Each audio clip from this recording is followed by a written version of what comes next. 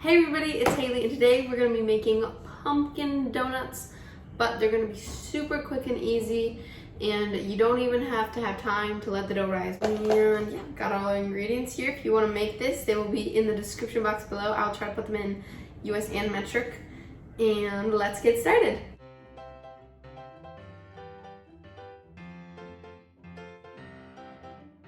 This is the closest I'm going to get to wearing fall clothes because it is still so hot outside.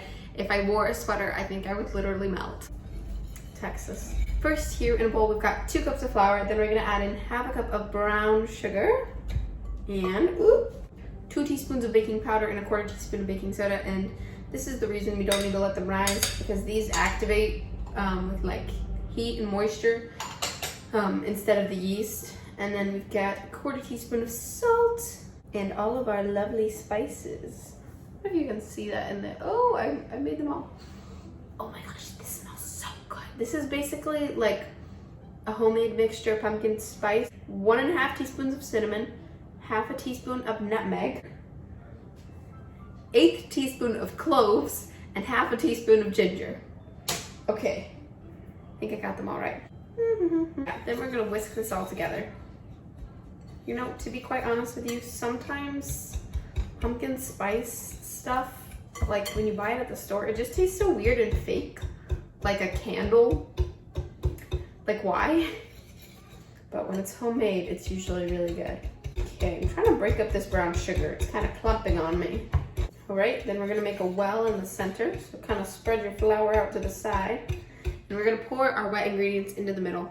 So first here, I've got 2 tablespoons of milk and 2 tablespoons of heavy cream, or you can use a 1/4 cup. 1/4 cup of half and half, or 3 tablespoons of normal milk. Then we have 1/2 cup of pumpkin puree. Don't get this confused with pumpkin pie filling, because that has other stuff added, just 100% pumpkin. Scoop that into there. This is the Harry Potter spoon I have today. It's Quidditch. Oh, there's a hole. There's my eye. Okay. And then I've got 1 egg and 1 egg yolk. And having an egg yolk is going to add some extra richness. And then we've got a 1/4 cup of melted butter. And I'm using salted butter. And I'm going to whisk the wet ingredients just a little bit, like by themselves, just to break up the egg.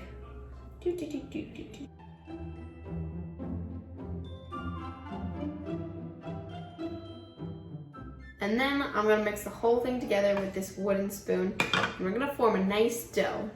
This is a super easy dough to make. You can make it all in one bowl and by hand without a mixer.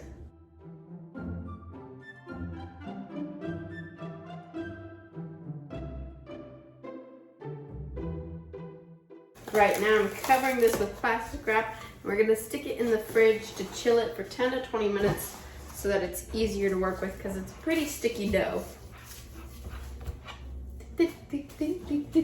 All right, so while we're waiting on the dough in the fridge, we're getting ready for what we're gonna do next, because this is gonna be super fast. You won't even know that it's been in the fridge.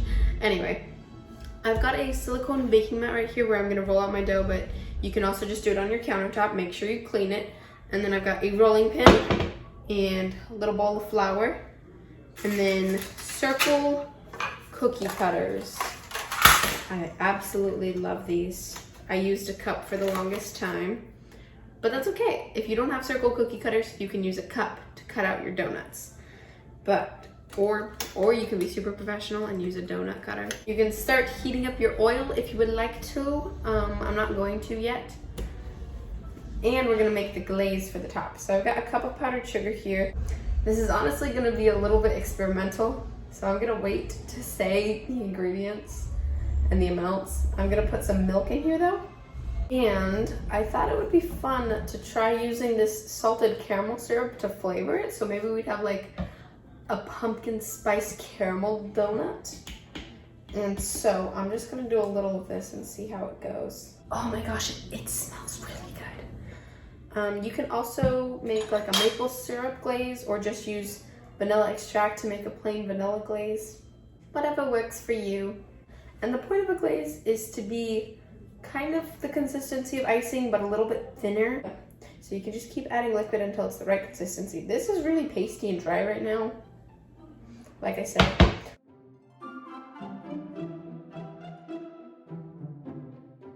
And then your glaze is done.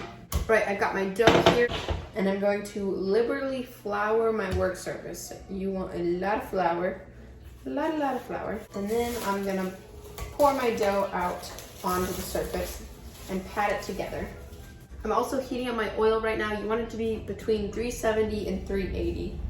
Or if you don't have a fryer like this, you can also just put like a few inches of oil into a big pot, and you can take the temperature with a thermometer. I'm also gonna try to bake a couple of these in case, because I'm honestly curious if they'll be good if you bake them, and I'm sure some of you are wondering, can I make these without frying them because you just don't want to eat fried foods? That's fine too. I've only made donuts one time. It was in baking class. We had a whole day just for donuts and bagels. It was great. Actually, I might not need my rolling pin. So I've got my dough in a clump here. I'm gonna go ahead and flour my hands because this is super sticky. Flour hands, and flour the top of the dough. And I'm gonna press it out to be 1/2 inch thick.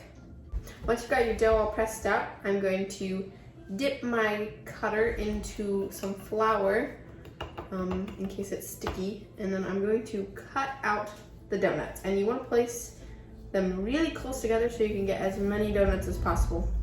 Yeah, and it looks thin right now, but they're gonna puff up a lot when we put them in the fryer.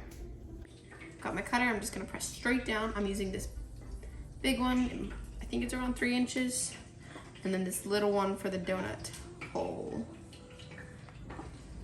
And then don't forget to save your donut holes because these are gonna make delicious donuts too.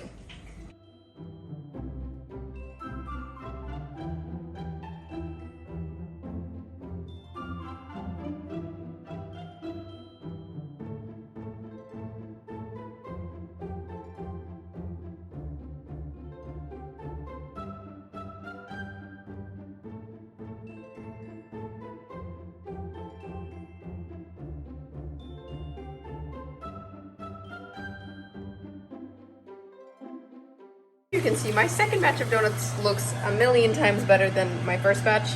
So I would recommend making just one at first to test it out, because the first one of something you make like this usually doesn't turn out the best. Okay, so I re-rolled my scraps and I worked a little bit more flour into them. I think I would add some more flour to the recipe because this is a lot better, a lot less sticky, and it's gonna hold its shape. These are gonna turn out better. So I'm gonna glaze these while they're still warm. I'm gonna take it and dip it upside down, like that. Sprinkles, because, you know. Oh, that's a lot of sprinkles. All right, so my donuts are all finished. They look really good, I have to say. My first batch kind of got burned. That was my fault. And honestly, what I kept doing was like putting them in there and then going to do something else and forgetting about them. And so I kept like over frying them. And then also the ones that I added more flour to that were less sticky and like liquidy, those turned out a lot better. To be totally honest with you, I already tried a bunch of these because I tried the donut holes and then I was trying the donut when I was like trying to fry them and make them, but I'm gonna try it again just for you. I also did try baking this donut and it did not work. Did not rise at all. See, I kind of made like 3 different donuts because of the way I fried them. Texture on the inside looks good.